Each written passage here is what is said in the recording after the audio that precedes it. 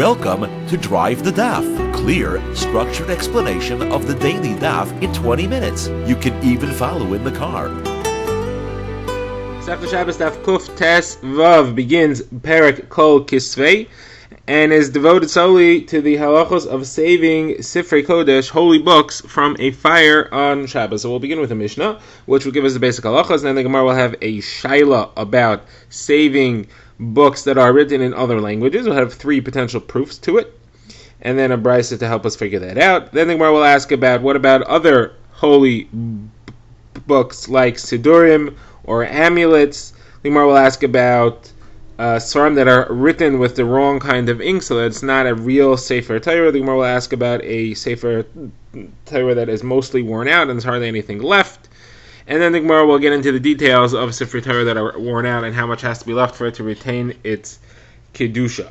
So let us begin. First we have the Mishnah. The Mishnah is going to give us the basic halacha. So first of all, what's happening over here? What's the issue? So the cases where there's a fire in a house. There's a fire in your house, and you would like to save things from the fire. So there's two potential isurim that might happen over here. First of all, you might be carrying into the chutzner. We're not talking about carrying into Rosh Hashanah, carrying into a yard or into a mavoi where there is no erev chatzeres. There's an issur derabanan of carrying objects into that yard. The second problem might be that you're saving things from a fire. There is a gzeira derabanan that you shouldn't save things from a fire. You should just let them sit and burn. Now, why would that be? The Rabbanan were afraid that if you were busy saving your money from a fire, you'd end up becoming all upset and trying to save as much as you can, and before you know it, you'll put the fire out. Now, obviously not referring to a situation where a fire is a sakana, where it poses a danger to anybody's life. Today's days, we consider all fires to be risks to life because of the way our cities are built and set up, and therefore we could always put the fire out. But there, they couldn't put the fire out, and they wanted to make sure that they didn't put the fire out, so in order to prevent people from becoming all panicked about their money, there was an issur to save things from a fire. Now, there's an exception that you're allowed to save holy books and articles, Sifrei Kodesh. So the Gemara here and the Mishnah are discussing what you're allowed to save and what you're not allowed to save. Again, the potential issur, it's actually a machlokes rishonim. What the issur we're concerned about here is it because of the issur of saving things from a fire midrabanan, or is it because you're carrying it into a mavoi where you don't have an erev chatzer? The Mishnah lists 4 levels of kedusha, of holiness of svarim, and their respective halachas. The highest, obviously, is a Sefer Torah, that you can certainly save. Next is a Sefer of Nevi'im, that's on a higher level because we read from it in Mismedrash and Shabbos, we lay in the Haftarah, and those you can save also. The next below that is Ksuvim, those we do not lay from, and the Mishnah explains because it actually disturbs our learning. We don't learn from it in shul, and you actually shouldn't be reading from it on your own in Shabbos because you're better off going to the shir so that you can learn halacha.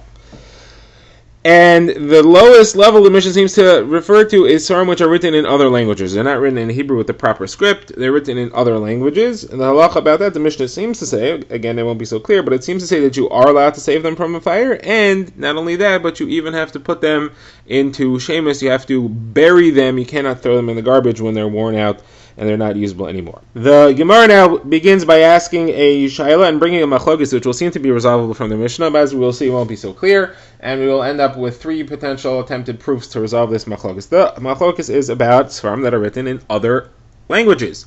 Are you allowed to save them from fire on Shabbos or not? These are Sifrei Kodesh that are written in foreign languages. Now, what's the issue over here? So in Masechas Megillah, there's a machlokes, are you allowed to even write these svarim in other languages in the first place? Now, Rashi brings 2 opinions as to what type of svarim we are referring to here. Ksuvim, you're for sure not allowed to write in the Targum or other languages. You weren't allowed to translate. And therefore, that for sure counts in this list. According to Rashi, it also includes Nevi'im, because even though there is a Targum, Yonas and Ben Uziel on Nevi'im, it was composed and it was supposed to remain oral. It wasn't supposed to be written down. So therefore, if you have it written, you're not supposed to read from it. So there's machlokes in Masechas Megillah was that these svarim, Ksuvim according to some, or Ksuvim and Nevi'im according to Rashi, that are written in foreign languages, are you allowed to read from them or not? Now, Tosfos adds in here, in our days we're allowed to, for sure, because of Eis Lasos, otherwise we would forget and we would not know what these things mean at all. But in the days of Chazal, where they still didn't write Torah Sheba'al Peh, they weren't allowed to write these things. And there's a machlokes in the Gemara, Masechas Megillah, are you allowed to read from them, are you allowed to learn from them, or not? Now, the Gemara says as follows.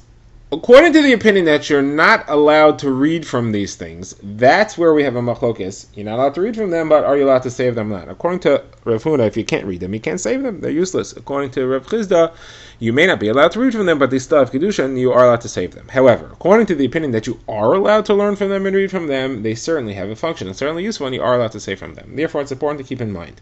We're never going to try to bring a proof to one of these two sides of this machlokes. If you could show me a brisa that says clearly that you don't save these svarim, that's a proof to Rav Huna, because Rav Chizda always says you can save them. There is no opinion according to Rav Chizda that you can't save them. According to Rav Huna, though, there is one place, one type of sefer which you can't save. That's according to the opinion that you can't read from them, you can't save them. However, if you're going to bring me a proof that you could save them, it's not necessarily a proof to Rav Chizda, because Rav Huna would also agree that according to the opinion that you're allowed to read from them, you're allowed to save them. You have to prove to me that we're talking about the opinion that we are allowed to read, that we're not allowed to read from them, and still you have to prove to me that we're in the opinion that you are not allowed to read from them, and still you are allowed to save them. So the Gemara brings three proofs. The first one is from our Mishnah. Our Mishnah says as follows, as we had seen, it says that Svarim which you read from in Shul, that's Nevi'im, you're allowed to save. Svarim which you don't read from in Shul, that's Ksuvim, you are allowed to save. And then it says Svarim which are written in any language. That would seem to indicate that it's a lowest level. It's lower than the other two.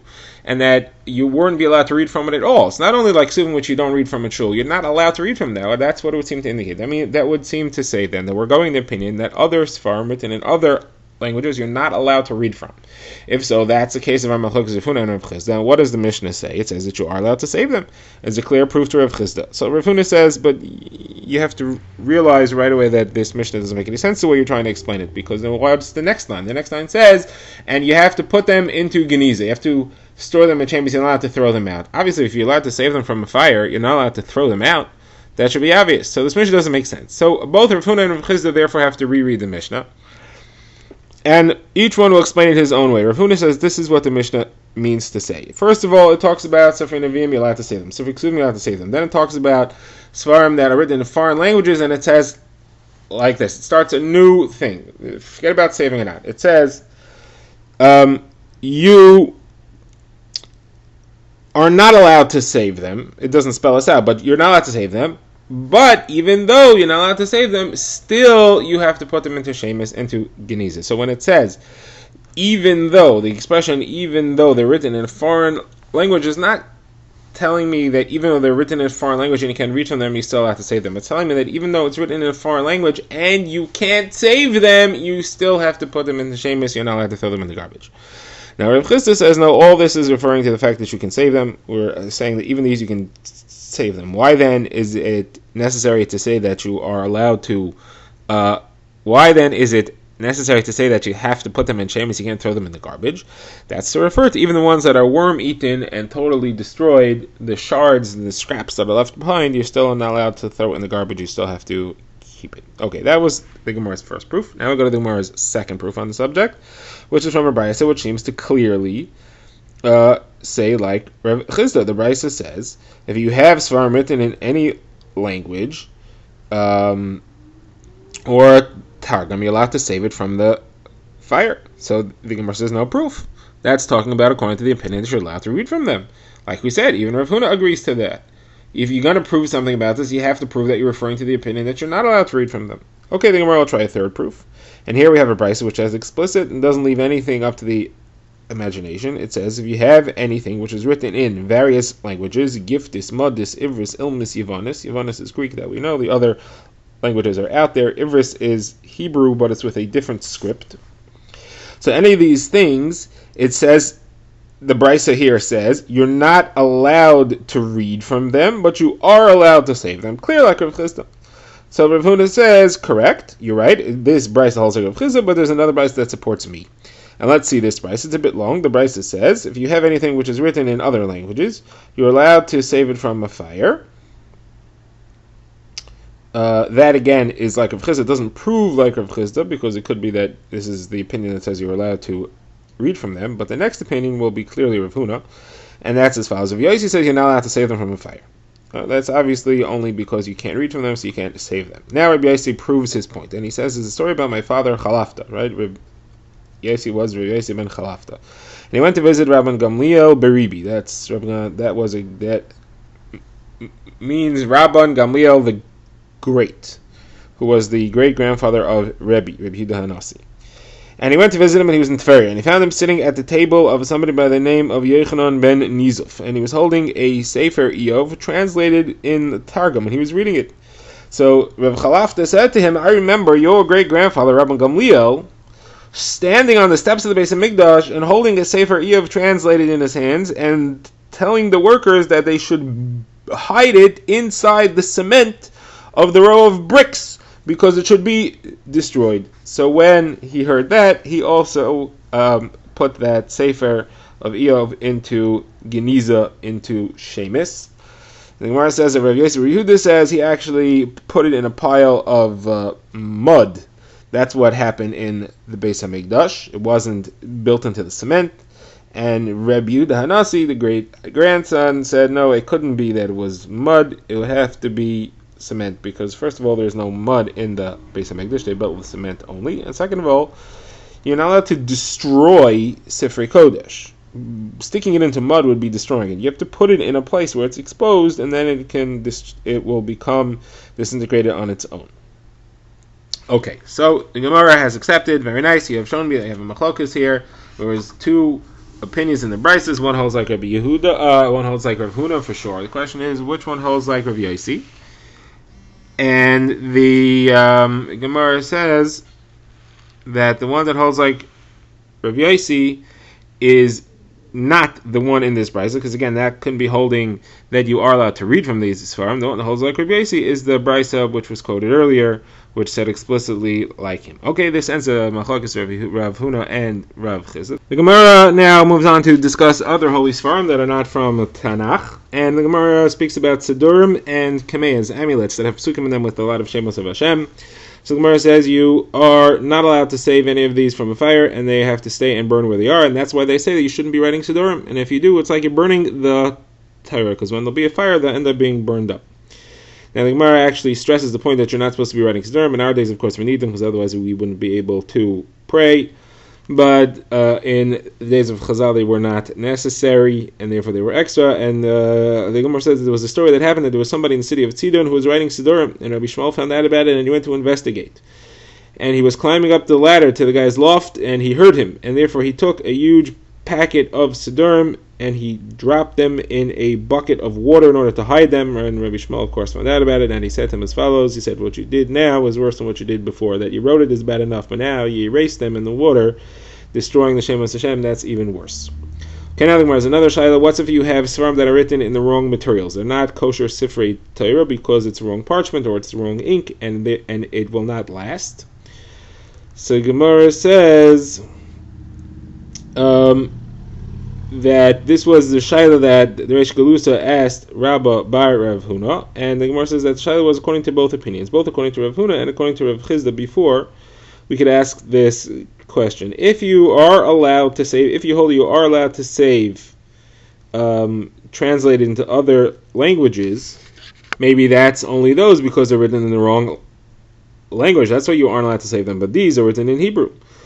Or maybe you'll say, even according to the other opinion that says that you are allowed to save Sfarim written in foreign languages, that's because it's permanent and you can't have it be destroyed. It's written on stable ink. But these, which aren't going to last anyway, so you could let them burn, there's no reason to save them. So the Gemara says that he answered him and he said, you cannot save them. You're not allowed to save these. So the Gemara asked, well, what do you mean, Rav Hamnuna has a proof from a brisa that you are allowed to save them? These Svarim that are written with the wrong ink. So he said, listen, if you could prove to me a brisa, prove it, fine. I'll accept it. So what's the brisa? So Rav Ashi says that the brisa says as follows: there's no difference between Megillos and Svarim. We have in the Tanakh Megillos and Svarim. What's the difference?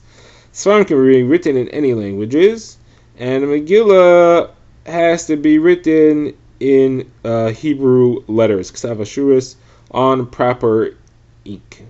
So that clearly shows that other Svarim don't have to be written with proper ink, and they still have the status of Svarim. And if they have the status of Svarim, then you shouldn't be allowed to let them burn. You should be supposed to save them. And the Gemara accepts that. Now the Gemara has another shayla. Rav Huna bar Chaluv asked Rav Nachman, We know that the halach is that a Sefer Torah that is worn out and a lot of it is erased or missing still retains its kedusha as long as there are 85 letters left in the Sefer Torah. Where do we get that number from? That's the number of letters in the parsha of Vayihi B'nai Ha'aron. That's surrounded by a nun before and a nun after that are upside down or inverted. That nun is to mark it off according to one opinion, which we'll see on the daf tomorrow. Those nuns are to show that this counts as its own chumash, its own sefer, its own complete sefer on its own, and the minimum size, therefore, of the small sefer that there is 85 letters. Therefore, anything which still has 85 letters, like the number of letters in Vayihi B'nai Ha'aron, still counts as a sefer and still has kedusha. The question here is, what if it has less than that amount? Are you allowed to save it from a fire? Okay, so it may not be the minimum size for Kedushas Sefer Torah, but maybe I should still save it from a fire. So the Gemara says, he said, why are you asking about something with less than 85 letters? Ask if you have a Vayihi B'nai itself, written on its own cloth, and it's missing some letters. Are you allowed to save that or not? So he said, no, that's not my shayla. That I know you're allowed to save because it has a Shem Hashem on it. My question is, what if it has no Shem Hashem? It's 85 letters, but no Shem Hashem. Are you allowed to save that or not? So the Gemara says he answered him and he said you're not allowed to save it. If it's less than 85 letters, you're not allowed to save it from a fire. And the Gemara asked a kasha from a brisa. The brisa says if you have any of the following interesting things, you have a targum, meaning a different language, but it's written in Hebrew letters, or if you have the Hebrew words written in foreign letters, or written in Ksav Ivris. Ksav Ivris, again, is Hebrew letters, but it's a different script. It's not the Ksav Ashurus that we use, it's the ancient Hebrew script.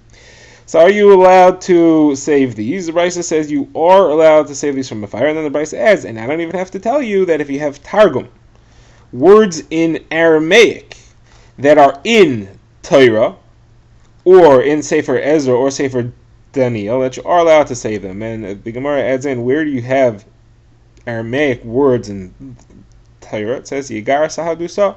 Lavan called the pile of stones that he made a deal with Yaakov on Yigar Sahadusa, the pile of witness. Okay, so here you clearly see that you're allowed to save these things. You're allowed to save the Targum in Ezra, Daniel, and Yigar Sahadusa, even though they don't have 85 letters. So obviously you do not need to have 85 letters in order to be allowed to save it. So the Gemara says that's not a proof. That wasn't referring to that was the only thing you have. That was referring to, can you count those letters as part of the 85? You have to have 85 Torah letters. So the words Yigar Sahadusa, do they count or not? Let's say I have 84 besides for them. Do they count to get me over the limit? So this Brisa is teaching me that they do count. But if I have just those words and it's not 85 letters, then I would not be able to count them. Okay. Now the Gemara gets deeper into this halacha of the 85 letters. I have another machlokes between Rav Huna and Rav Chizda.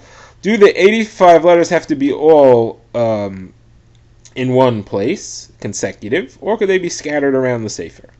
So Rav Huna says they have to be in one place. Rav Chizda says they have to be scattered around the sefer. The Gemara right away has a proof to Rav Chizda. It says a sefer Torah which is worn out, and you can collect from around the Torah 85 letters. It still has kedusha. The fact that it says you can collect proves that it doesn't have to be in one spot. Rav Chizda said, I'll answer for Rav Huna. Our machlokas was where you had letters scattered all over the sefer. This is referring to where you have words scattered all around the sefer.